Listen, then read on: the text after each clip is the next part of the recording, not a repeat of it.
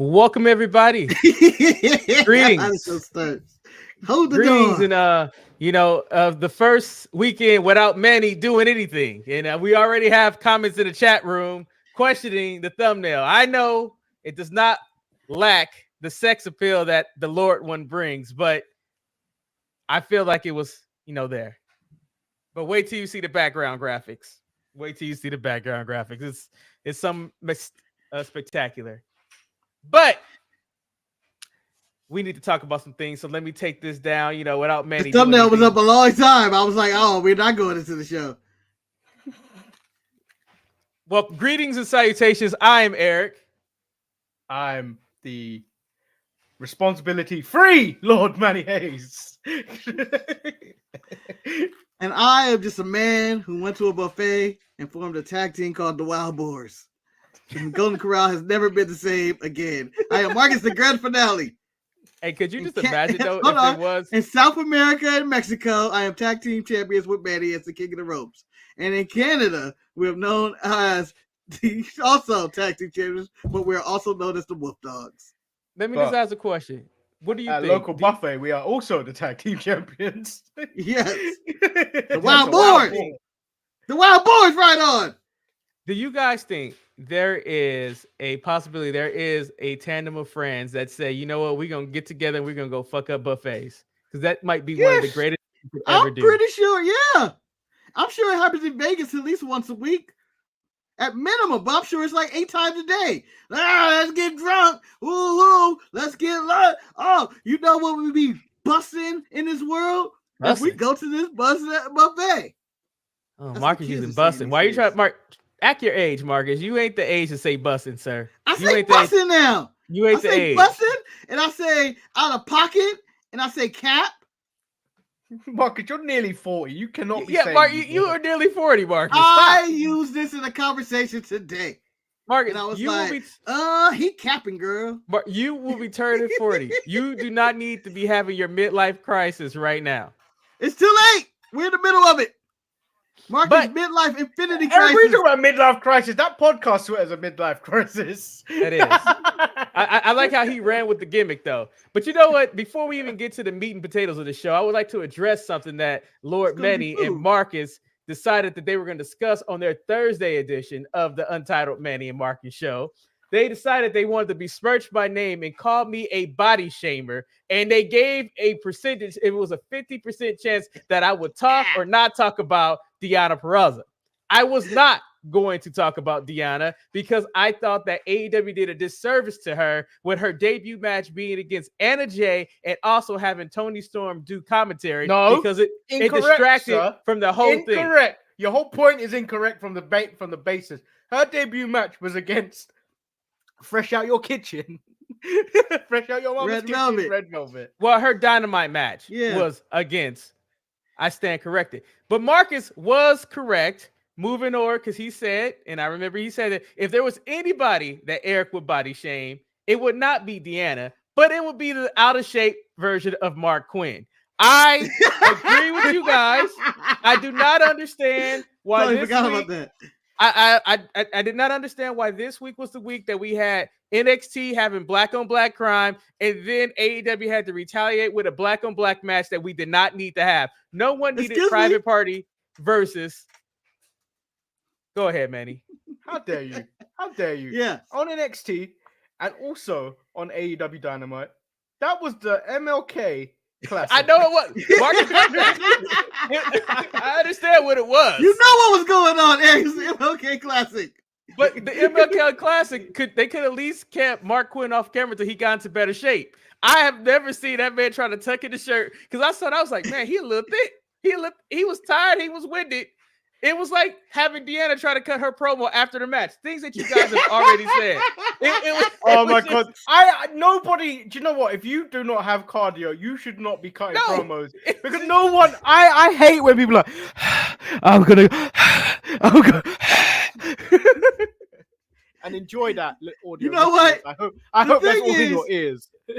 The thing is someone's gonna record that Manny and be like, you know what? It's gonna be a good time tonight. Lotion. I mean, if that's what you need, that's what you need. But Eric, Mark Quinn wasn't just wearing a tucked in shirt, Eric. He had a vest on too. He was doing whatever he could to cover it up. But he forgot to do the one thing to do when you are trying to cover up fat. And this has come from a fat man who knows how to cover up his fat, my brother. You wear black. You wear dark colors. You don't wear white.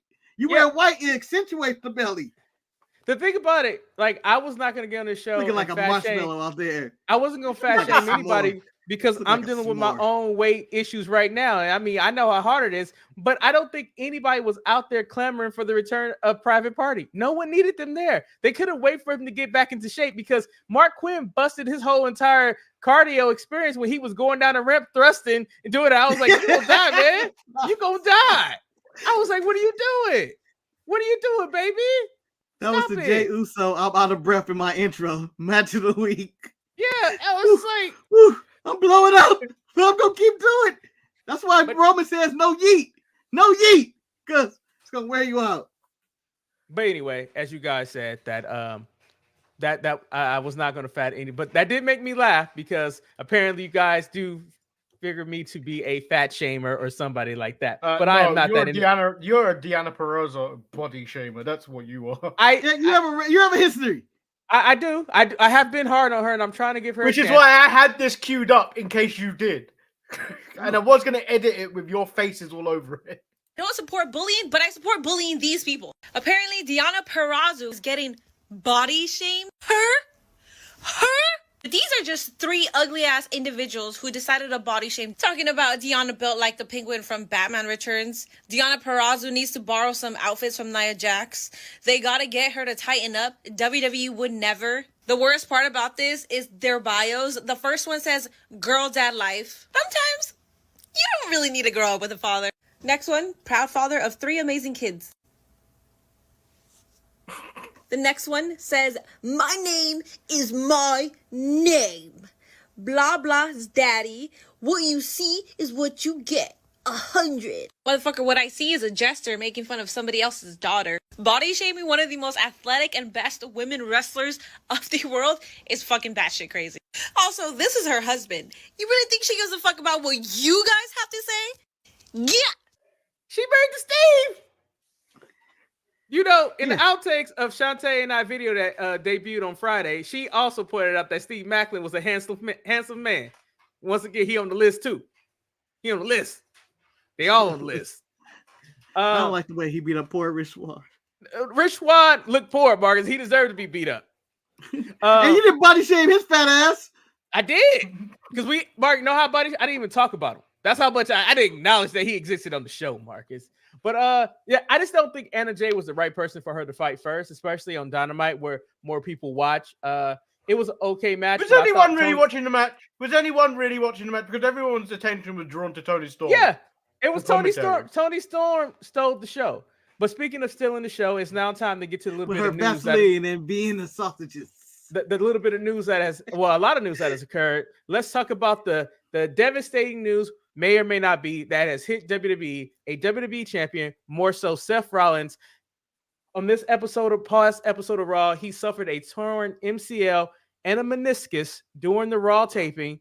People said that if he pushes his rehab, he can be back in 3 to 6 weeks, or if he does it, he should be back by WrestleMania.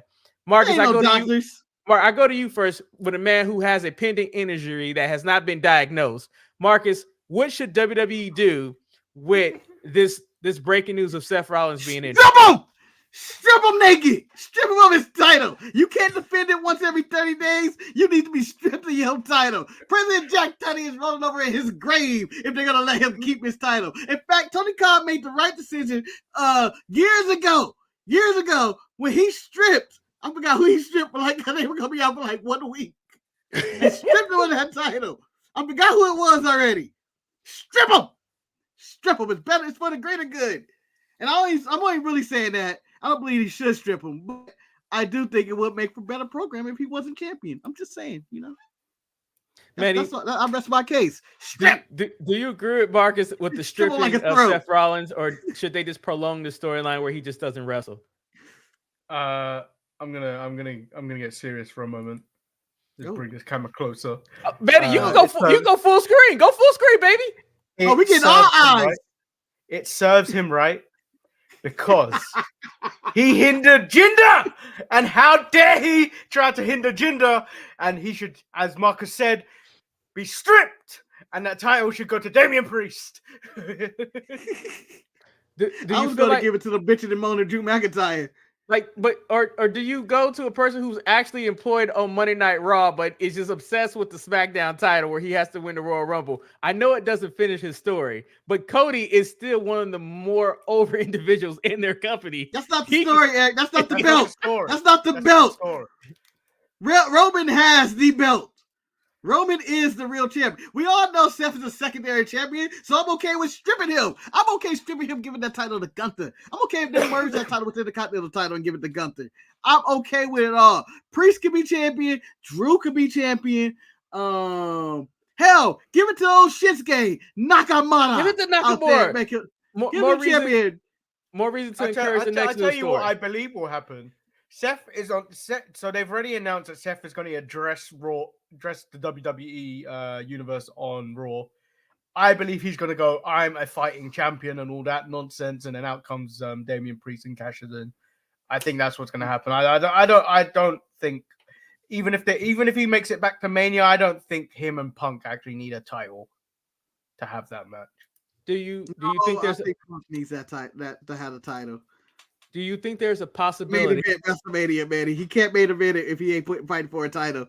They will easily give that to Rhea Ripley and Becky Lynch on night one or whatever other scheme they have up their sleeve. Punk needs that title so he can finally main event WrestleMania, so we can be done here about this man crying about never main eventing WrestleMania because all these part-timers are taking his spot. Well, Punk, you're the part-timer now. It is your time to main event WrestleMania, and I am sick of hearing about it. Finish your story. El Luchador says you got to strip him because he. Marcus, can you let me read the stuff? You talked about a pre-show trying to get the show short, and you keep rambling. Anyway, El Luchador says got to strip him because he talked all that shit about Reigns not defending. That's true. Is there a possibility that WWE has another tournament for the vacant title? Could you see that happening? No tournament. I mean, we have two big pay-per-views coming up. We have the Royal Rumble where the title could be on the line. That is not an unprecedented WWE thing. It could happen. We can have a Priest cash in, or Elimination Chamber could decide who the next world champion is. Now, if he does bust ass and make it back in the 3 to 6 weeks or whatever they say he can do, then I wouldn't go that route. But if he cannot make it back, you have to put it either in the Rumble up for grabs or the Elimination Chamber, or just say Priest cashed in, Oscar style, and just get the title and say, Seth, you can go home and be a mother. Now, before the announcement of what's wrong with that? You can go home and be a mother. Yeah, what's wrong with that? Marcus, he's a father, Marcus. Yeah, he can do both. Anyway, with that being said, before all the other news broke this week, the biggest story this week was who was going to win. And I'm going to turn to you, Manny, first. What match did you prefer? Seth versus Jinder or Hook versus Samoa Joe? Hook versus Samoa Joe. That Uranagi, he nearly killed Hook. He killed Hook. And then Chaz just carried on commentary till No, he took the headset off briefly. No, he took it off. Marcus, Eric, he took it off when he got power bombed onto the meanest part of the ring. Oh, that's it. He did. So, Marcus, did Tony show Jinder Mahal who the real boss was by having Hook, who was clearly undefeated, in this going against Samoa Joe?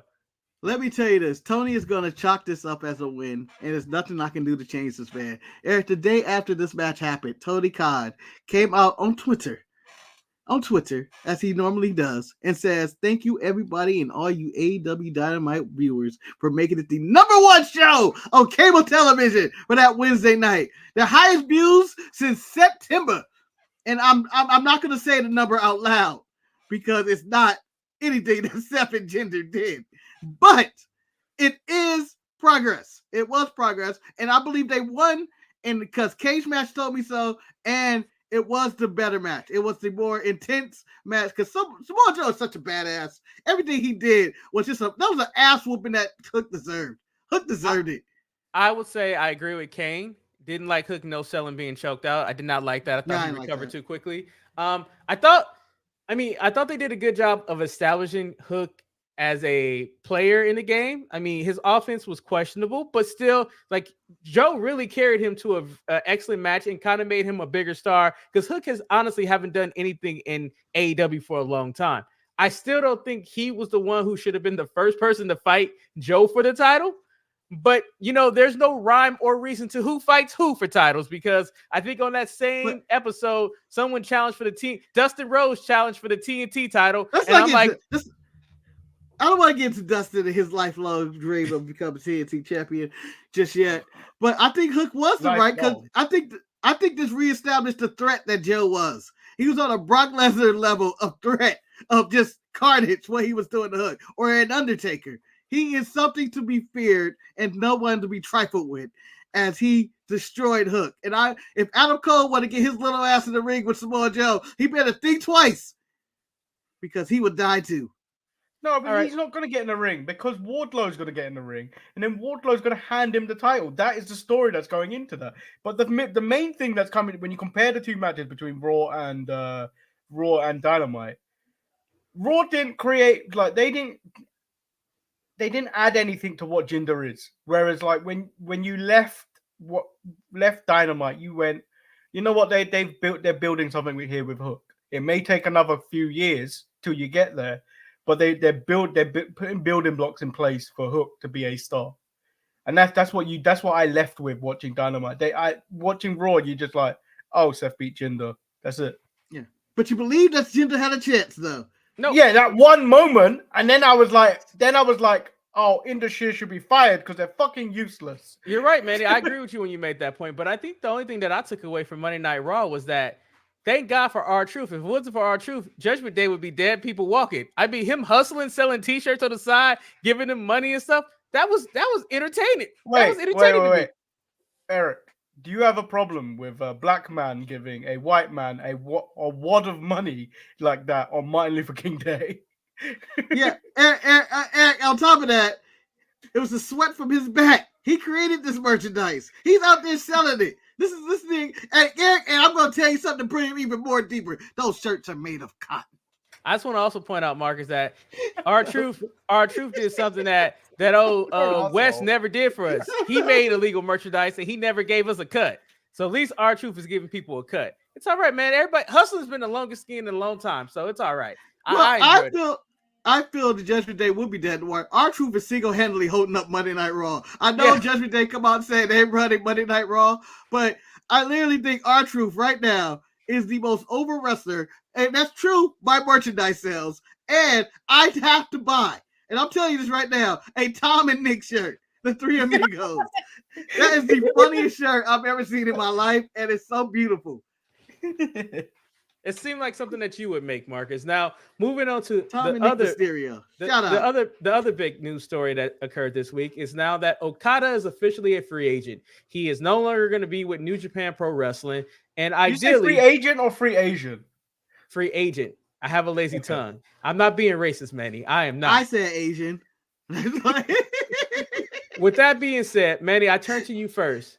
Is Okada free agency a really big deal, and will he make a huge difference with any of the three companies? And I will point out the three companies, although Marcus says TNA has no shot, which I agree with. It's going to probably be AEW or WWE. Do you think that he can make an impact in either company? I feel like he's just going to be a guy in AEW, but that seems the most likely landing spot. I am intrigued with what you could potentially get out of him from the WWE side, given that the way they've been booking Shinsuke in the sense that you don't have to speak English to get over here now.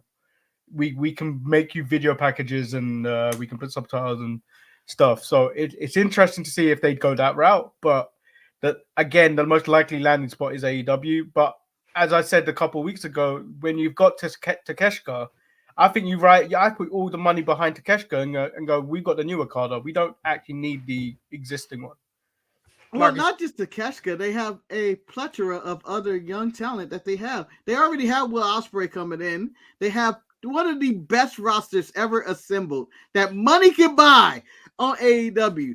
And the thing is about featuring these guys and having them on a consistent basis. Now, when it comes to Okada, who you guys know on this show, there's probably a wrestler other than Bryan Danielson that have praised more than Okada. It probably goes Bryan Danielson, Okada, and Gunther in some added category of people who I praise the most. Can I pause? Can I just pause because I want to go by your rankings? It's Bryan Danielson all the way up here, and then Okada just below him, and then maybe Gunther like here on the third shelf. I don't have him that far down. No. I don't. You don't praise Gunther nearly as much as the other two. So I praise Gunther. Every time I talk about dream matches, Manny, I go, I want to see Gunther versus so-and-so. I want to see Gunther versus so-and-so. Allow me to interrupt real quick, Marcus, because you're the only person I know who will talk about dream matches. Talking about, it was a dream match to have Bryan Danielson when he's in the dream match, but you're still mentioning him in that dream match. So Manny is right. Bryan Danielson is already up there. Marcus, I just want to point out. That's true. That's true. I'm just saying. Like, man, it'll be a dream match if Bryan Danielson fought him. He fought him 5 times already. It's still a dream match. It's a dream match. Okay. Bryan Danielson's up here. And then all the way down here will probably be Gunther and Okada and probably Swerve or something. There's a massive gap between your number 2 and 3. I'm not saying that Gunther isn't your number 3, but I'm talking about if you space them out, the gap is huge. Yeah, I'm going to say there's a lot of dick sucking when it comes to Bryan Danielson. Well deserved because he's an amazing wrestler. It don't worry about what I know say. that. You know what? She don't mind. She watching. She watching both of the Bellas. Nikki and Brie. I want to quote something from the Sharpshooters of old. It was phrased that Marcus was swinging off Daniel Bryan's dick for a good while. It was like Indiana Jones in a jungle, baby. He might be in his ear. I might digress. We have digressed a little bit. I will say this. The more intriguing thing for me, matchup-wise, would be for him to go WWE. And you may say that's WWE bias, but in AEW, he's wrestled 90% of that roster already. And I've already seen my dream match of him versus Bryan Danielson. Like, the only match I want to see probably earlier that was like Swerve or something. Other than that, the field is in WWE. Those people have been exclusive to WWE. They don't travel the world. They don't wrestle Okada. With that being said, I believe he's going to go to AEW. I believe that, his friends and connection with the Bucks and Kenny and all that is the better thing. I think Tony's going to offer him a truckload of money. And I think whoever offered him the money, and this is both sides, WWE and AEW, I'm going to say this, and this is with all due respect to Okada, not a needle mover. Not going to move the needle. Marcus, I agree with you. I think the whole thing about Okada is a very sexy name in the wrestling community, but I don't think he gets the casual fans excited. A couple of points. I agree with you. I don't think AEW is the place he should go. I think you're right. He has wrestled that entire roster, but I do feel that Tony will throw so much money at him. And I think also, rumor has it that Tony will also agree that he can remain in Japan while he's with the company, which I think is one of those mistakes that Tony makes.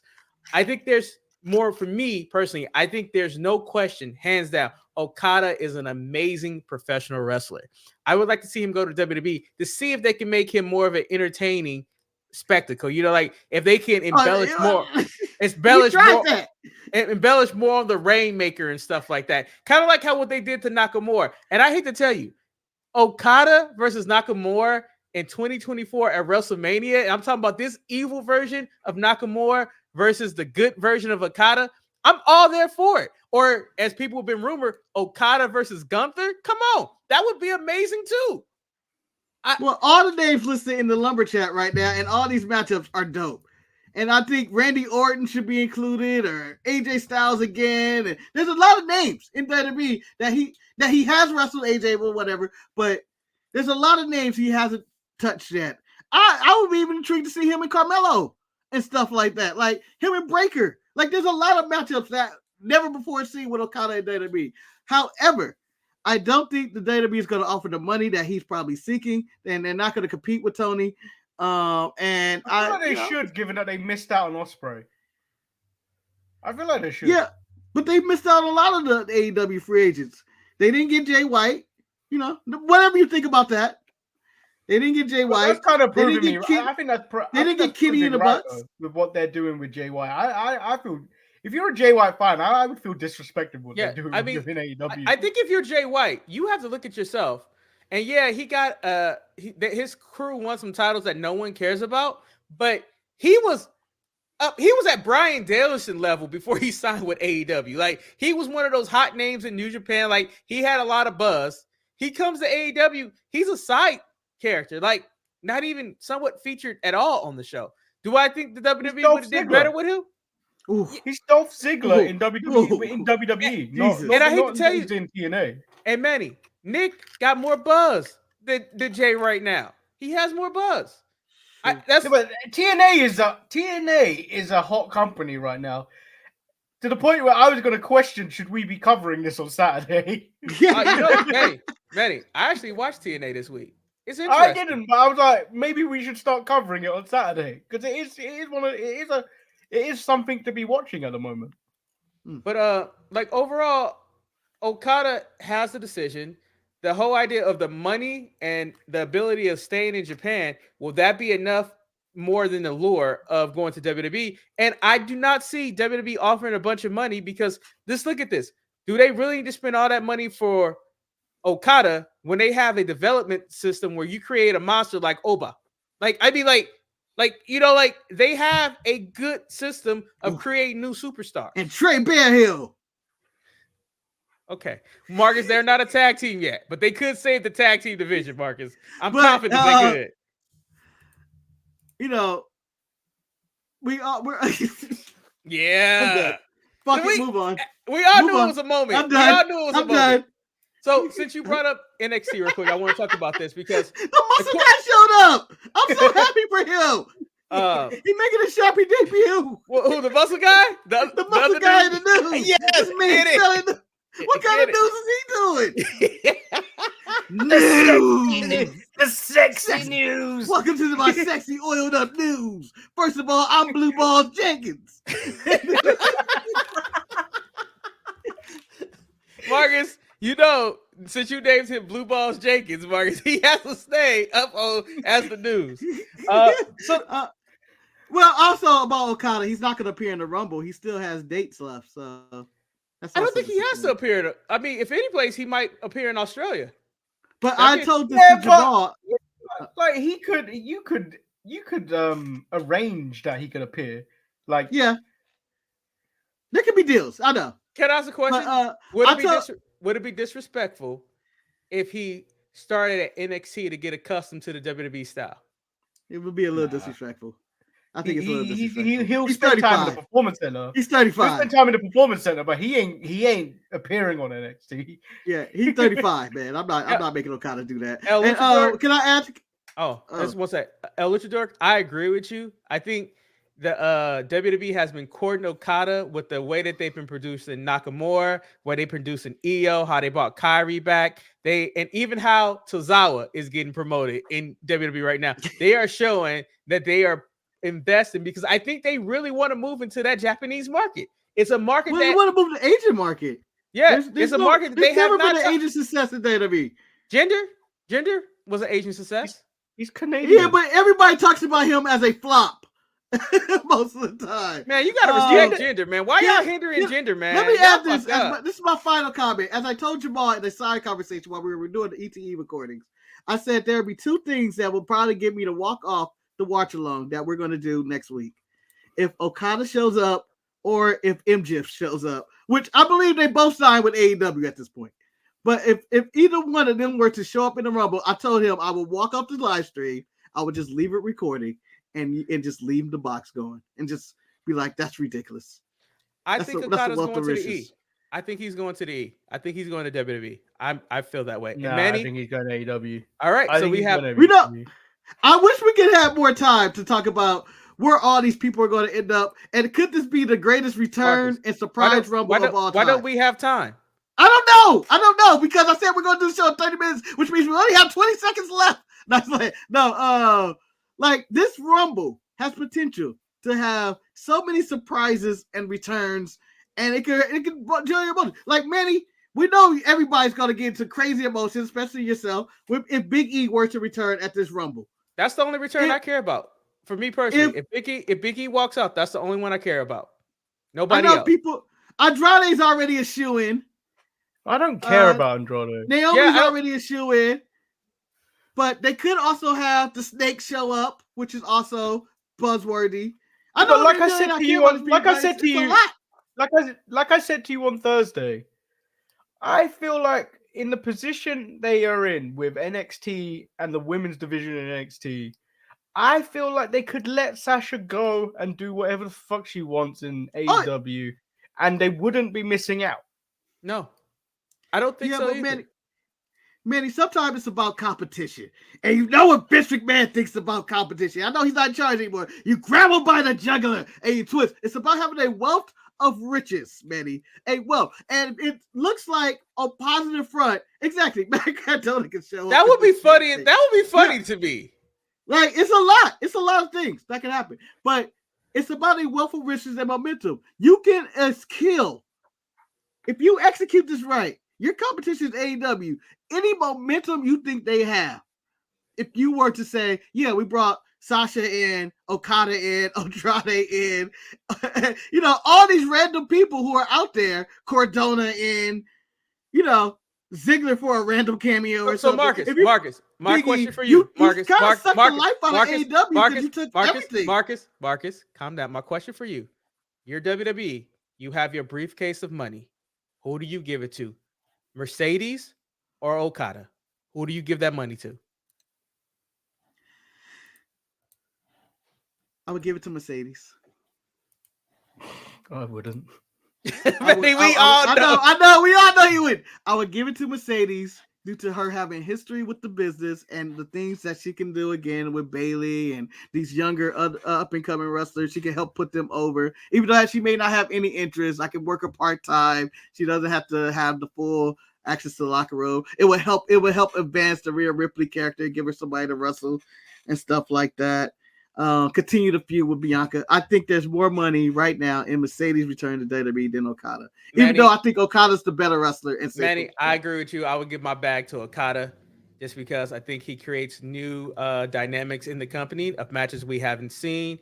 And I just don't think that you can trust Mercedes. Like when I read the report that AEW is considering centering the women's division around Mercedes, I'm like, that is dangerous because she's extremely moody. She's extremely fragile and she is a performer. But I think Mercedes, in my opinion, she's only as good as her opponents.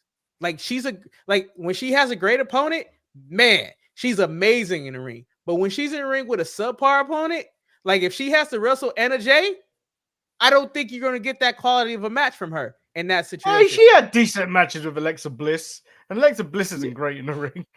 Yeah, I think you underrate her. She's overrated and underrated at the same time. That's like true. I don't think she's as good as her brain thinks she is, but she is still very talented and can wrestle about anybody. And she does take a lot of risks in a lot of her matches and wrestle with people. She's a really good wrestler, and I think that it all depends on how Tony wants to book his women's division. I would say he's going to actually give them more time instead of the one match a week or whatnot, it will be a good investment for him. But if he's still going to do the same bullshit he's been doing for the past 4 or 5 years, wherever we're on, he's out of control. But it would be a light schedule with only one match per show, according to Kane. He right? Yeah, it's the 9:30 show. It's the 9:30 block on 9:30 if you're on the East Coast. Yeah, and then Purrazzo carried the fuck out the match with. No, it was not Sarah J. Sarah J. is a completely different person from Anna J. Elvis, and you should be ashamed of yourself. You should be ashamed of yourself. I heard Sarah J. was like Triple H with Brazilian butt lift. That's what I think Ralph posted in the mid-card mess, I think. Or somebody. So the last thing I want to talk about, like, as we all know that Cora Jade suffered an injury in the NXT showing, and NXT had a battle royal this week where I saw the competitors in the battle royal, and I was like, there's a lot of people missing in this battle royal that I was like, they're not here. I was like, there was no Nikita Lyons. there was no Tiffy Stratton there and things like that. And then She eventually had to get that cow shit off her body. Roxanne Perez ended up winning the number one contendership. And I go to you now, Marcus. Is that the right decision? Is she the one that you make the contender to go against Lyra? Like, I don't like, is that the best option that they had? I'm going to say it is the best option because you got to do something, Eric. We got to finish the story. Roxanne Perez never technically lost. Finish it. Roxanne Perez never lost her title, Eric. She never lost her title. It was stripped away from her by Shawn Michaels because she was out with a boo-boo for about a few weeks. And she never got the pinned for final that boss title. beat her up. The final boss beat her up so bad. Yeah, so it's time. Yeah, she never got a title shot. I don't even know where Miko lands in wrestling right now. I don't even know where she's at. But anyway, they finish the story. Lyra beats her, and then that's the end of her in the title picture. Yeah, but I personally think I think what Mark, you have to build on what Marcus said. I think once you get done with Roxanne, I feel like it is the next person should be Fallon. I think it's Fallon. Yeah. I think Fallon has the most. But momentum. I feel like you still have to keep the title. I feel like you still have to keep the title on Lyra for a bit longer. So like Fallon would be a decent challenger, and then whoever else is next in line in there. I don't want to mix up the name because I always mix them up. I hate when I mix up my half black women, but Kalani Jordan? No, you or Kiana. Kalani Jordan. Which one are you talking about? The young one. The young one is Jordan. Kalani The one Jordan. with Carmelo. And then the other one is Kiana James, is the one with the bag. What happened to her secretary? What happened to her secretary, damn it? The secretary got fired. Oh, okay. She had documents. My whole thing about this story, I was like Roxanne Perez, like, you know, Eric asks that question at least once a week. It's clear to me that like the transition in the male division, the next person that is going to take over is going to be Trick Williams. I think Trick is going to be like the face of NXT males. You know, later on this year. Because Melo's gone. Melo's gone. Melo's gone. Melo was on the main roster this week like nothing happened. He was Melo's so good. gone. But I feel like Trick could easily be gone too. Because Trick is too popular to be on NXT. Yeah, but I think that's a good reason to keep him on NXT because there's really nobody else on NXT that has that level. Like, give him his title run, then he can leave. Because, I mean, Ilya's pretty much done. But when you think about the women's division is a little bit more sketchy. Like, is Lyra going to be the one? It's not going to be, who did you say? Roxanne Perez or Kalani Jordan? I mean, like, Nikita Lyons? I just don't see it. Lash. Lash Davenport? Gigi's done. Lash.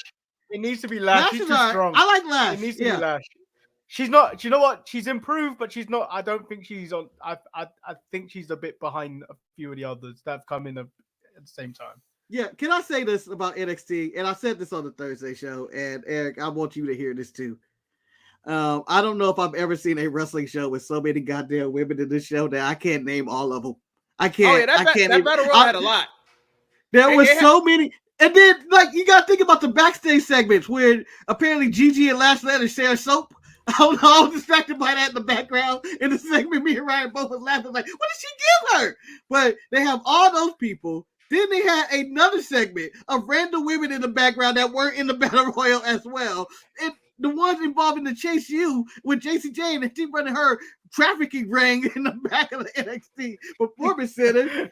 And then you have that Battle Royal and you just go, damn, there's a lot of women in here. And then it's a wealth of them. Whether it's Tatum Paxley or whoever, there's a million other people where you go like, this is a plethora of women wrestlers, and they can call a bunch of these up to help their lackluster tag division and their lackluster division on the Raw or SmackDown. I'm totally disrespected by you that you didn't bring out the person who gives me some of the most enjoyable backstage segments because she is completely delusional. Ariana Grace. Her and her nonsense that she be spewing about people trying to get along. I don't know why, but she reminds me of her father, and it's amazing. It's in the way it's her delivery. But I need her father to join NXT for one reason. I would love for him to be the dad in the crowd cheering on his daughter being embarrassing. Just the embarrassing father in the crowd, coaching her up. The soccer dad who's complaining with the refs about, no, I can't be the call. I think it'd be hilarious. One last thing before we move to SmackDown. Just want to ask you guys this question. Woo, they announced 40 minutes in. They announced that the Dark Side of the Ring is going to return. They announced that it's going to be Beefcake, Harley Race, Kurt Angle, Chris Adams, the Sandman, Buff Bagwell, and the Black Saturday. Are you guys excited to see the return of the Dark Side of the Ring? And of all the people that were Why named, you call it the Dark Side of the Ring? Because I'm a black man. Just like when I go to the grocery store, I'm going to the Whole Foods or the Rouse. That's what I do. Okay, that's what we do. Like, where are you going? I'm going to the JCPenney. Okay, that's what we do. Now that's Think about that it old now, man Marcus. talk on this show. I know It we is. started with talking about our rears and drip and capping. No, and busting that and was stuff. you, Marcus. That's you not trying to embrace how old you are. I understand who I am. Where the chillins Eric, at? we're going out Where to the dinner chillins tonight. at? Eric, we're going out to dinner later tonight for a birthday. I'm going to tell you this. While the Packers beat the 49ers, y'all going to see the riz I have when I'm stepping my step. And I don't even know if I use that correct. Right, let me tell you this right now. When I was thinking about, when you rank the most annoying fan bases in the NFL, you got the Cowboy fans, you got the Raider fans, and I will put out that the Packers and the 49er fans are right there. Marcus, I have the 49er fans ranked right above the Packers fans. So right now, Marcus, I am rooting for you to win tonight to shut the Niners up. That's what I'm hoping. I think Packer fans are wholesome. I think we're nice. I think we're good people. We never try to hurt nobody. Have you met We talk shit about our old quarterbacks. We talk shit about our old quarterbacks, but we are very nice people, and we do not talk mad shit. In fact, in all the Packer fans that we've gathered in my community of friends at work and stuff that we've created, we're all a little nervous about this one. We're all kind of humbled. We're proud to be where we're at because we never expected, but the 49ers are monsters. I'm not going to talk shit like I did with the Cowboys. You've got the momentum to beat them. Hey, Mark, we do, but Mark, man, the Niners been good all year. But Marcus, let me tell you one thing. No, but they have had games where they have had games where they were shit, and Brock Purdy was exposed. And I'm going to tell you this right now, Marcus. Love has always trumped Purdy. Just let you know. Did you get that from Miss Purdy? It was that episode of Nutty Professor I missed. As El Uchajerk brought up, what about bringing in Camille? I think WWE has enough blondes as it is. When they showed like a picture of her, I was like, man, you got a lot of blondes. That's why I think that Karrion Kross woman, she dyed her hair. She said, I can't be blonde no more with all these blonde people. I'm gonna say this. I like Camille. The fact that you have that picture on deck, man, is impressive. He was ready. I have Camille's fine, but you know what? We still have Jade Cargill we're trying to work with. And I think Last Legend, Jade Cargill, and many other people can fill that boy. If they don't get Camille, it's on them. Yeah, that's fine. Girl, get her. Both of them I like. Lex looks like a killer. Looks like a killer in this one. You guys didn't answer the question. Which episode of Dark Side of the Ring are you looking forward to seeing? I don't care. No, I don't Perk Angle. I find them interesting. Okay. Manny doesn't like that. So, Manny, let's see if you found this I watch interesting. Perk Angle. I think Harley Race would be mine because Harley Race is that should be fun because old shit is always good. So speaking of old shit, let me tell you something. And I'm not going in no particular order about this nonsense. I was just so happy to see the new and approved Legado. I was happy. Look at Angel and Humberto and Santos getting wins against those betrayed people, Del Toro and them. I do not fear Humberto Carrillo. That man is too handsome and he's got some dimples that could sell anything. I am not afraid of that man. But you know what, Manny? We're gonna tone down that pretty group real quick. We're gonna put Electra Lopez. Electra Lopez is on her way. I can see it. When her and Lola Vice had they outing, Electra going to the main roster finally. I know it. No, Electra Lopez was stupid. She deserved. You know what? She deserved to get left behind. If she didn't realize that Lola Vice for weeks was gonna make this she's gonna cash in on singularly on Lyra. Stupid woman. Eric, I'm going to say this to defend Electra Lopez and her lack of wrestling ability and whatnot and try to ease her way into a title match. She did something that I think I would have did. Eric, You I'm would. glad you did. Eric, I'm glad you won the breakout tournament in NXT at age 40 something. But in the women's division, I'm glad you did it. But Eric, why don't we double our chances and make a triple threat match? We can jump this bitch and both become champion. I mean, wasn't that what Melo tried 2 weeks ago? Well, Melo tried that, and then Elektra Lopez tried to suggest the same thing. It don't work like that, honey. It don't work like that. Wow, you called her honey. Another moment that took place on SmackDown that just made me sad, and it made me sad for the simple reason that now I have to try to remember how to say this man's name again. But Pete Dunne, I believe that's the right way to say it. It's that is ridiculous. Well, Manny, I always call Pete Dunne. That's what when he was Butch, it was easy because he Butch. But now he Pete Dunne, and he made his return. The pause every time he has to say it. Yes. And let me tell you, Pretty Deadly, I appreciate they promo afterwards point out how the hell they were supposed to prepare for that man. Who is that man? Who is that man? Who the hell is that man? Even when he was announced as Pete Dunne, their reaction was, "Who the fuck's that?" No, fuck that. That's not what we prepared for. Because in the promo before, they were like, we are so prepared for Tyler Bate and Butch. We have went through it. We're gonna beat Tyler Bate and Butch. I don't care how he feeling today. We're gonna beat his ass. But when they came out, the outrage, they were throwing shit up in the air, and it was like, this was heel gold, and I enjoyed it. Now, with the return to being Pete Dunne, I do find it funny, and them trying to explain he had an identity crisis through his whole time. That don't explain a lot of it. That don't explain a lot of the Butch stuff. Yep, but I think because people ride momentum, I think the thing was that there were enough people in the audience that was in the know, and so they chanted. And so, like people, the casual fans kind of picked up. I thought his mannerisms, he looked completely different from when he was Butch. I mean, it could work. And well, Manny, because you knew Pete before he was Butch. Yeah, he first came back, Manny. He was like this. Oh. He did the shrug. He was doing the things that made him who he was. So it's like whatever, Tyler Bate was Tyler Bate. So let's talk about the contract for no show at TNA with us. Let's talk about the contract signing that almost had no hiccups, where people just walked out, signed their contract, and they was ready to do the fatal four-way. I mean, you had AJ come out, who looks like he's about to do some cat burgling in his own hometown of Atlanta. You had LA be a flasher. It'd be like, you had LA Knight, who looked like he was about to be a traffic director with his yellow ass vest, and then you had Randy, who decided he was not going to come out in his underwear, but actually wear shorts. He walked out in shorts and t-shirt the whole time.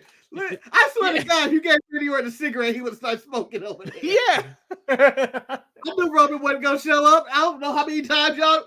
Let me hit this one more time. I knew this motherfucker wasn't gonna show up. And Randy, he would have dropped the N-word because he would have forgot he was in front of other people. I loved all the multiple stories they had going in. Like the fact that AJ and LA Knight don't like each other, and like it feels like they don't like each other. He stepped over me and took the title shot. Night, we get big Luke Gallows telling AJ, "We still got your back," and AJ like, "Fuck y'all, I don't need y'all. Y'all gonna be fired." Okay. In all fairness, I hope Luke Gallows and I'm just gonna put it all on Luke and Carl Anderson and Michin attack AJ in the middle of his victory. He's about to pin the tribal chief. It's not Solo. It's not Jay. It's the OC. Cause fuck you, AJ. Fuck you. But Marcus, no. I want AJ side of this. Fuck them. They're useless. Fuck Nick Aldis. No, Manny, wait. I would have liked to be like, I'd like to see you try and strip the tribal chief. I'd like to see you try. He was fired 5 seconds after he attempted that. See, clearly, I was going to ask the question to Manny, but I already know the answer. I was going, Manny, how do you feel about Nick Aldis now putting on his big boy pants, letting Roman know that he ain't going to run shit? But clearly, you were not impressed with Nick Aldis still. You still hate you some Nick Aldis, don't you? Eric, do you know what would have came back? The anonymous general manager would have came back. The whole arena would have just been lighting up, telling Nick Aldis he's a piece of shit because he can't do that. That's what would have happened. Man, you're arguing harder than Paul Heyman did.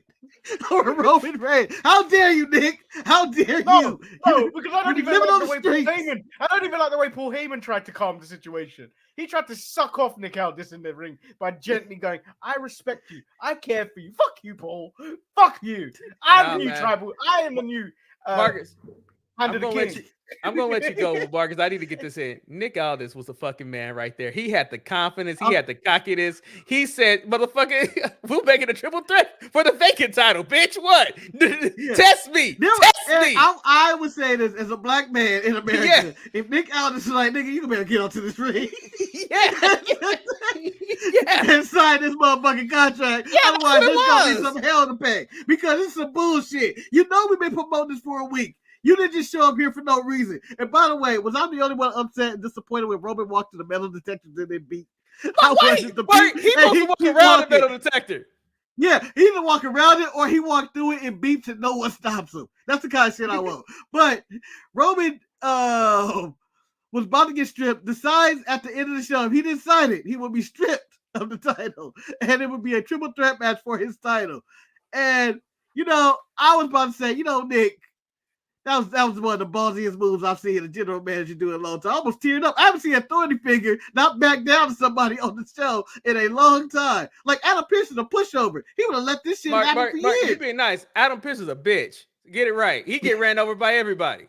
Yeah. Remember when Charlotte was running roughshod over him? I mean, remember, he almost lost his job because Sonya Deville was undercutting him and he was letting that shit happen. And don't talk about that time Bianca was about to whoop his ass for shit. Yeah, I mean, everybody gonna whoop his ass. Yeah, he deserved that, though. He deserved that. So the better NWA champion general manager right now, Manny. I know you don't like it, but Nick Aldis is the HNIC right now. Yeah. No, he ain't. No, he ain't. Cody Rhodes is still the best general manager. Nick Aldis is actually making a general manager role seem important because he's not taking any shit from anybody. The thing is, I want a match. I want Roman versus Nick, and I know that's not gonna be the best thing, but it seems like we're kind of building toward that. Mark, you're going too far. I don't think we need that. I don't think I need Nick to wrestle in WWE. Yeah, but we also Roman has finally passed Bruno Sammartino as they announced for his second longest title. The second. Yeah, can we? He's coming for you now, Hulk. Yeah, I don't think we need to get the Hulk. We're fine. We're good. Thank you. No, you got to raise Hulk, Marcus. You got to at least raise Hulk. Let's finish the story. Eric, no, let's finish the story. I don't care who finished their story. Let's finish one of these stories. Speaking of a story that was finished, I thought the segment between Logan Paul and Kevin Owens was an amazing segment. I thought the story that Logan Paul gave about how Kevin Owens is the reason why he is wrestling when he stunned him unprovoked. And I was like, damn, that kind of makes sense. Marcus, Origin story. The way he sold that stunner at that WrestleMania, man. Yeah. That's what we all should have knew. That's what we all should have knew. This guy might be here for good. I thought this was a really good segment, and I even enjoyed the parts that was underlined in if you know Logan, he's involved in a lot of scandals and stuff that not allowed to talk about. And when Kevin brought that up, it was like, there's stuff I can say about you that I'm not even allowed to talk about because they will freak out back there. And people get it, I was like, you goddamn right. Logan's a piece of shit, and it needs to be brought to light. Although he is going to beat Kevin Owens with his broke hand. All right, so there was two things I took away from the women's tag team title match. First, Alba Fire and Isla Dawn. They're just a low-K version, a witch version of MK Ultra from TNA. I just let you know that's what it was because MK Ultra, they were the same effect I had when I saw NXT and I saw Alba Fire and Isla Dawn. I was like, oh, what is Isla doing up there? But Isla did for first. They just haven't did shit. I know they haven't. Bailey commentating, right? Bailey commentating is whatever because she's gonna get turned on by Damage Control eventually.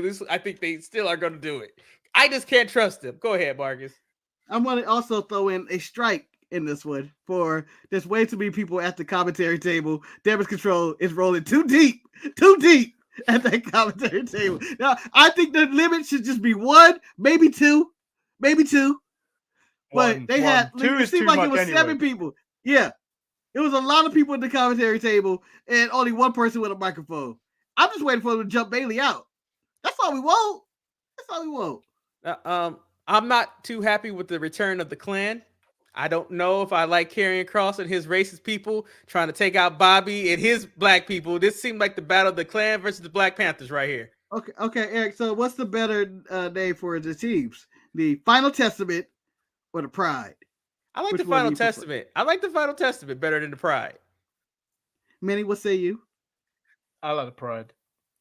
I know people are saying it's. I know people are saying it's trash, but I like it. I like Lions, and the Pride of Lions will take out anything. Yeah, but the only thing that, because Shantae watched a little bit of SmackDown with me, and the only thing that we both agreed upon is that she calls Bobby ugly, but she says that he dresses nice, and she says Tez was dressed really nice, but someone really needs to do something about Dawkins and his dress. We don't know where he's buying his clothes from, but it's just bad. He's really bringing down the Pride because it's sad. It's sad. He's showing no pride in his dress sense. In this feud, I am going to side with the Pride.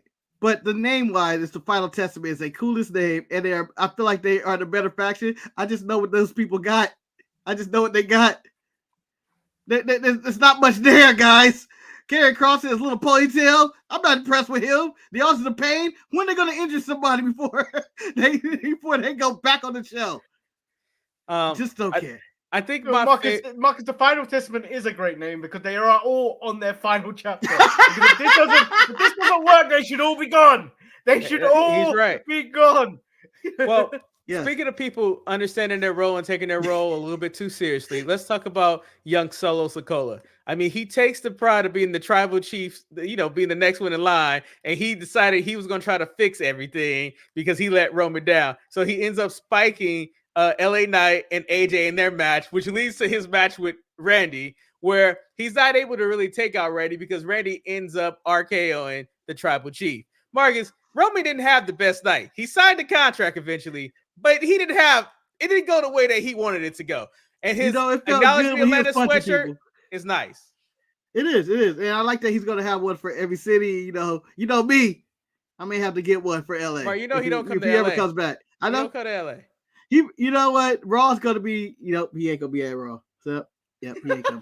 But you don't like I thought it was going well. He don't acknowledge you. The Tribal Chief don't like you.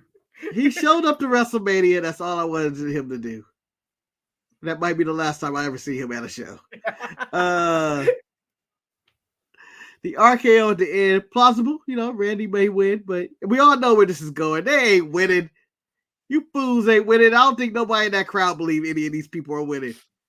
Just like Rhea Ripley ain't losing her title until post WrestleMania or Australia. She ain't even losing in Australia, you know that. No. I mean, overall, I thought SmackDown did a good job of telling the stories that they wanted to tell, and I thought that we're getting, it's the road to the. We're going to the road to Royal Rumble, and so I'm always excited about the Royal Rumble. So, what about you, I'm trying to eat all these factions. I'm excited to get to the Royal Rumble so we can start having shows that seem meaningful. Because, if you look at the midweek, the start of the week, I felt like it was the second week where me and Marcus could have taken a break from Tuesday and Thursday because none of those shows really mattered that nearly as much for 2 weeks. This episode of SmackDown, it had some stuff. But again, we in reality, we could probably take another day off. Yeah, I enjoy SmackDown. I thought it was a good show. But everybody just feels like they're in the mode. Like we know where it's going, and that's why I think unfortunately Seth is hurt. But I think that does shake things up a bit where we were going because it seems like everybody knew where we're going. We're going to Punk and Rollins, Roman and Cody. Uso versus Uso of some kind. That it seems like we are cooled off a little bit though. That seemed to have cooled off a little bit. I'd rather see a reunion, to be honest. A reunion for them to fight who? For the tag team gold, get the belts back. Or fight somebody for the title. They need to eliminate the Final Testament. Why are they fighting the Final Testament? Man, that's beneath Roman in the bloodline. This week on SmackDown, Jimmy Uso and Solo Sikoa versus the Final Testament's Authors of Pain with Scarlett. Click. Oh, let me see what Jeff Hardy's jumping off of today. I thought he died when he fell through that table. I saw the clip, and I saw the clip. I thought he died. I just want to I'll point tell you out, this right now. Jeff is too old for this shit. I'm gonna tell you this right now. If I'm jumping to a table or a ladder and I'm hurting myself, I ain't gonna do it on fucking Rampage. I'm doing it at least on Dynamite. At least people will watch me try to die. As they've stated, they're stuck in the Rampage universe. No, it's crazy because like that's why I say that's another reason I go with that they shouldn't sign Okada, because their roster is already extremely bloated as it is. It's like there's nothing else that you can really do. Like it just makes no sense. It's just Tony bad. needs to stop. Tony needs to stop trying to be the nice guy of wrestling and just start releasing people. Like if he's not using them, let him Fire Jericho. Let them be free and go on with their life and be able to take bookings elsewhere and have a little bit more freedom. Oh, I did want to ask you. He can't just be hoarding all this talent. I did want to ask you guys this question though, because it was a question before we wrap up the show. You guys mentioned how you guys were so tired of the multiple man tag, like a 6-man tag. And my question for you: are you more sick of the multiple people tag or a battle royal? Because I think I'm a little burnt out on battle royals because there's only one battle royal I care about, and that's the Royal Rumble. Yeah, but you don't get as many battle royals as you used to. Yes, there was loads back in the day of the early era, the Teddy Long era of SmackDown. But like, you don't see nearly as much battle royals as you do week on week with these 4-man tags, 8-man tags, 12-man tags. It's just all over the place. I can't deal with it. There's too many of them. Yeah, Manny.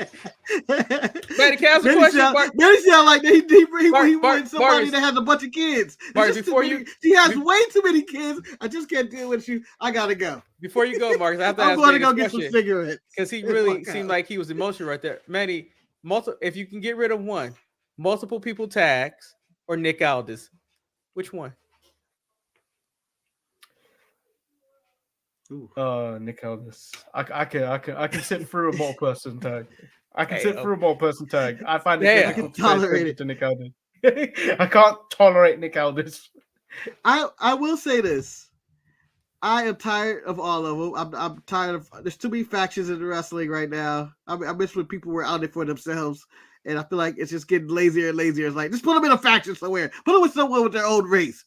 Trey Bearhill, Eddie Thorpe, join together. That hasn't happened yet. You know what's happening. It's going to be Joe Gacy and what's Brian Pillman Jr.'s daddy? What's his name now? Lexus King against Bear Hill and Eddie Thorpe or Dijak or this something makes like more that. sense, Marcus, because Eddie Thorpe, aka DJ Tatanka, is a piece of shit for not even helping his fellow Indian, fellow Native American. He did not help him. He did not make the save. Eddie Thorpe is a piece of shit. Do you guys think that 2024 could be the year that tag team wrestling is resurrected? Nah. Until Matthew Johnson come on TV and say the tag team wrestling is back, that's the only time I'm gonna believe it. And you know who tried to resurrect tag team wrestling? CM Punk and Collision and FTR. But you know what happened to that? FTR? I don't even know where FTR are right now. FTR. And how many times, Eric? I'm going to ask you right now because Manny asked this question on Thursday, and everybody has a problem. Eric, who's the AEW Tag Team Champions right now on top of your head? Marcus, I don't know. Because I want to say the Claim, but I think they're the Trios champion, Marcus. I don't know, Marcus. Yes. Who are the Tag Team champions? Ricky Starks and Big Bill are still. Oh, you're champions. You're right. Well, Marcus, But you always have to think about it because at one point this week, Manny answered the Kingdom. And they said no. They didn't Ring of Honor tag team champions. But tag team wrestling is dead on all the courts. I wanna this thing because you guys didn't mention this. There's a couple things in AEW that I'm concerned about. And the first thing is that why does Swerve got all this raccoon makeup on? What is going on with him? It's like Jason Whitlock. It's like each week it's getting worse and worse, and I'm like, fuck, what's going on with you, man? Ronda Rousey. And then I'm upset with all these goddamn mustaches. Like, first of all, The Young Bucks and their mustache, they look like somebody that stole money. Like if they were going to trial for his wife stealing all that money, I would have to tell them, hey, lose the mustache. You gotta lose it. Because they look guilty. And then Hangman looks like a fucking racist. I was like, oh, that's a race. That's racial facial hair right there. I didn't say this on Thursday, and Marcus would think I was I looked up this joke, but I thought Hangman looked like Silas Young. He did. I thought that was Silas Young. I would like to call Hangman Page the hypocrite of the week, in which he said, "I don't think about Swerve." Fool, last week you ran out at the Swerve beat up the who was it? Dustin? No, that was the pay-per-view. Who did Swerve beat up last week in a match? Can't remember. But Hangman came out there to end the show talking about what you want to do. What you want to do. Ain't nobody thinking about you, man. Ain't nobody got no time for this. And Manny, I agree with you what you said, though. Like, Swerve has no interaction with the Mogul Embassy, and they just lost the title. That was Marcus? Yeah. It's time that you just got to let those guys go. You just and in the gates of agony. You have to go. You have to go through the gates of agony. Yeah, you have to go through the gates of agony so you can get to the altars of pain and read their final testament. I was just like, damn, you got some goons right here. I was very upset with them. Really, I was. What do you think of Oba? I think Oba's special, man. We think of Oba. Let me tell you this right now, Marcus. I'm trying not to make sure Shantae don't watch no NXT. That you know, yeah. I can't deal with Moose. I can't deal with Moose. So I'd be damned if I got to deal with Oba too. Moose is in better shape than Oba Femi. Yeah, he is now. He is now. But Eric, what do you think of Oba Femi's mama? Not understanding pro wrestling. I haven't seen his mama. I haven't seen her. Apparently, Oba Femi is 20. Oba Femi claimed to be how old? 23? 22. 22 years old. And his mama said he's 25. She put him on blast online. Making him a stereotypical African athlete. Yeah, and so Eric, it started with a comment of so-and-so this, he 22, he's impressive. He ain't, and then the comments, he ain't 22, he 25. How would you know? And then his mom responded, well, I'm his mother, I gave birth to him, I know how old my son is. She didn't understand this business. Damn. No, but that was like when Kofi's parents blew up that he wasn't really Jamaican. Yeah. Hey, did you guys laugh when after the Martin Luther King package, it was Cody in the ring? Because I think I almost died laughing at Cody in the ring at that point. I was like, my face cringed because I was like, here we go. I was like, he about to cure racism again. And I'm sorry, and I don't want to admit this. Brandy has very bad taste in music because I went and looked up the song that apparently was one of her favorite songs, Little Rock. I was like, man, that's a really bad song. Eric, you do that. Eric, deep down in your soul, you do that. I knew it. You looked at Brandy. You do. But I knew it when the crowd didn't react to the song that was mentioning their name. And you know how people are. But more importantly, because we need to wrap this show up because you have a serious question to answer right now, goddammit.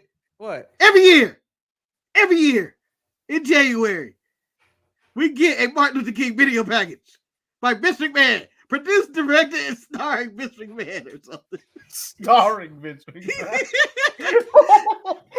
Eric, how do you rate the Triple H Martin Luther King video package? Marcus, the package was fine. However, it did not meet the standards and the glory that Vince McMahon put on normally. It was fine.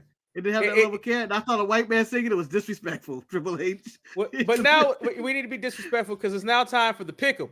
And I want to not wear the title all over again. I want to use this logo because for whatever reason. That sounds low key. That's racist on various levels. A lot. Why does he look so sneaky?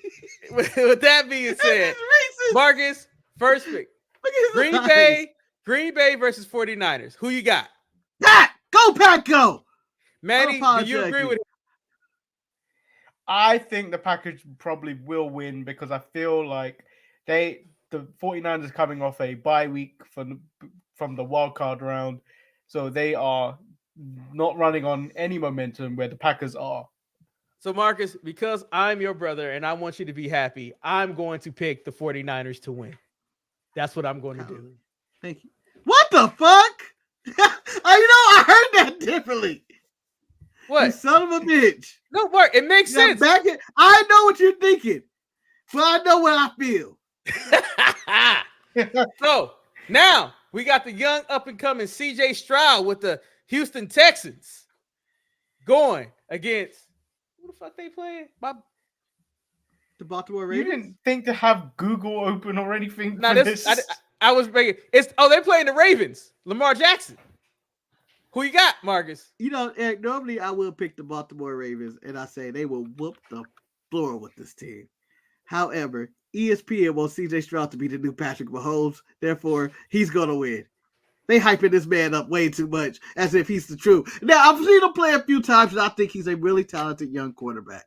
But however, he ain't the quarterback of the future. He ain't the next face of the NFL. I don't believe that for a second. Lamar Jackson did too. CJ has to win this because he's going to have a bad second year. So it has to be CJ, but I think Lamar is too powerful. So I'm going with the Ravens. Manny, what say you? Got the Ravens. It's easy. Defense wins championships. Ravens all the time. All right. Moving on to the next. Manny, he worked it. we got Patrick Mahomes versus Josh Allen. KC versus Buffalo. Who you got? Kansas City, they're just the Warriors of the NFL. They're gonna make it. They're gonna make it to the AFC Championship game. It's just inevitable. Eric, announce the teams again, please. Marcus, we got the Chiefs and the Bills. Yep.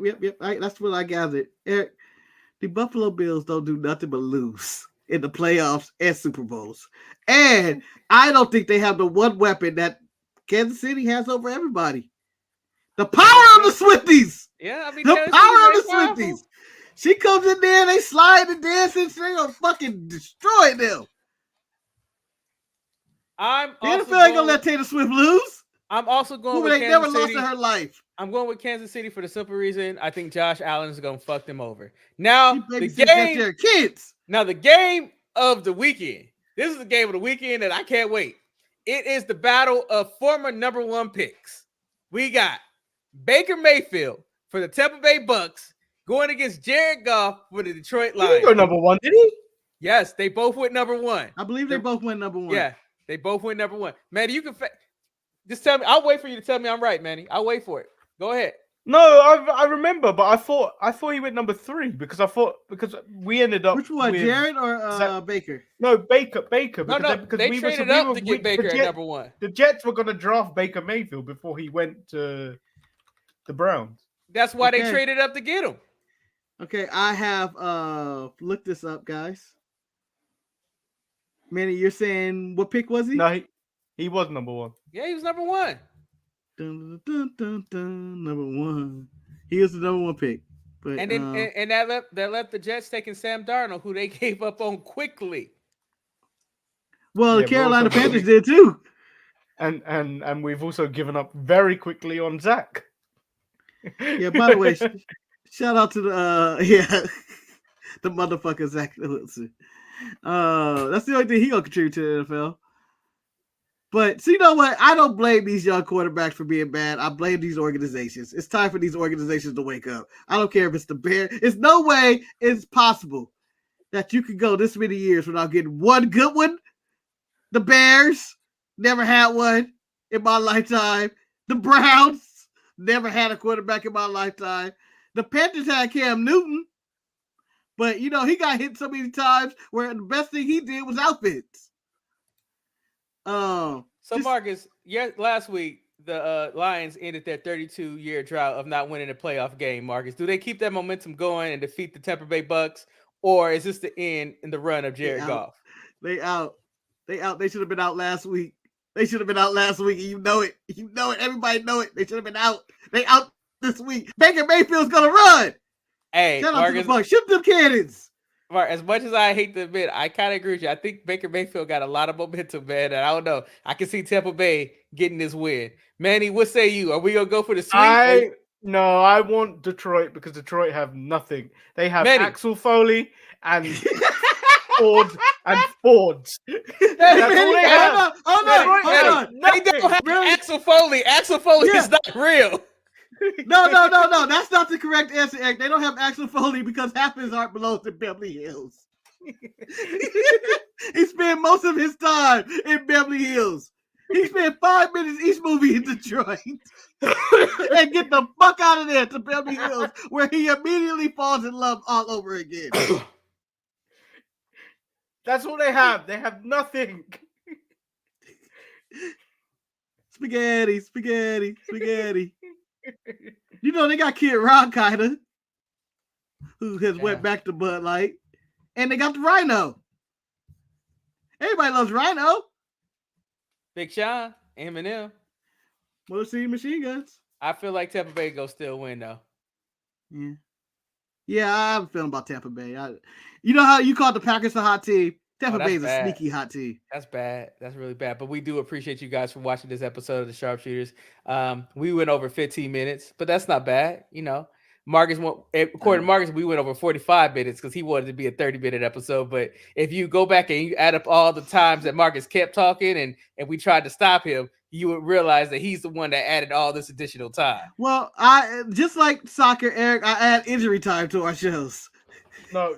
See, what happened on Thursday was we both said we could try and make this a 30-minute show. I said no. I gave him a 15-minute buffer to make it go 45 minutes. What did he do? He started asking me questions at the end of the show to make the show go nearly an hour. And to this day, I don't remember the questions I asked. Oh. Is this some of that Brandy Rose music she was listening to?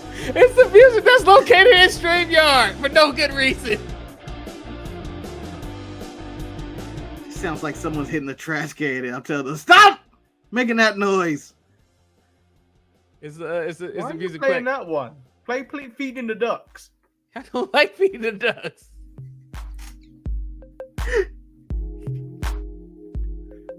Hey everybody. So sexy.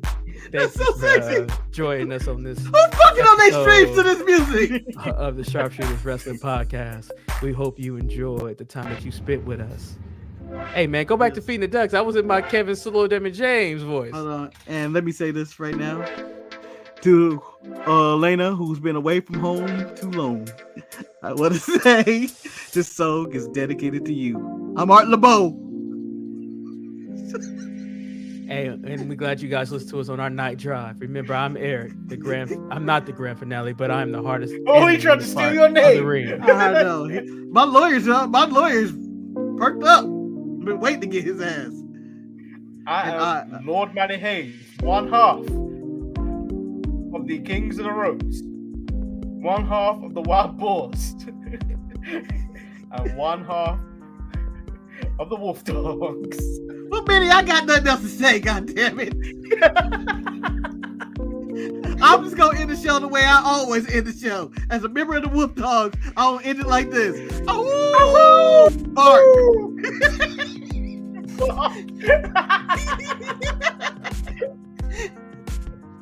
And that concludes the show.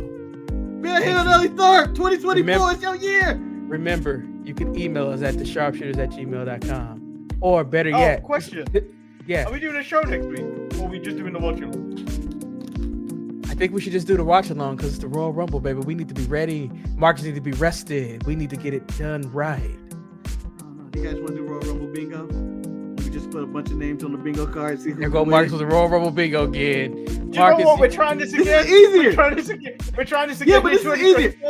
I'm just gonna put a bunch of names. It failed in 2023. You got that right. It's gonna be like what's the they keep bringing back in wrestling that keeps failing every year? The Punjabi prison match. Manny, it They fails keep every. bringing that back. They keep bringing back Karrion Kross. It fails every year because Marcus takes it upon himself to create his bingo cards right about 10 minutes before we record, and then he tries to give it out to us, and then he doesn't really explain the rules. So, Marcus, for your sake, we'll do it. But we'll do it again for you, Marcus. But we'll see if you have the bingo cards ready, Marcus. We'll see. I'm gonna have those bingo cards ready, baby. Ahoo, bark. All right. With Wolf that, Dogs. Out. No, you should do the wolf and I'll do the bark. Okay, here we go. Oh! Oh, real bark. That was a racist dog bark, Manny. Nigga.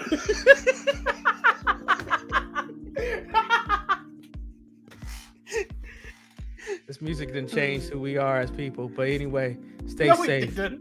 stay It sharp, changed you. and we're out. Go ahead, get it, Daniel Garcia, get it, Marcus, get it. Yeah.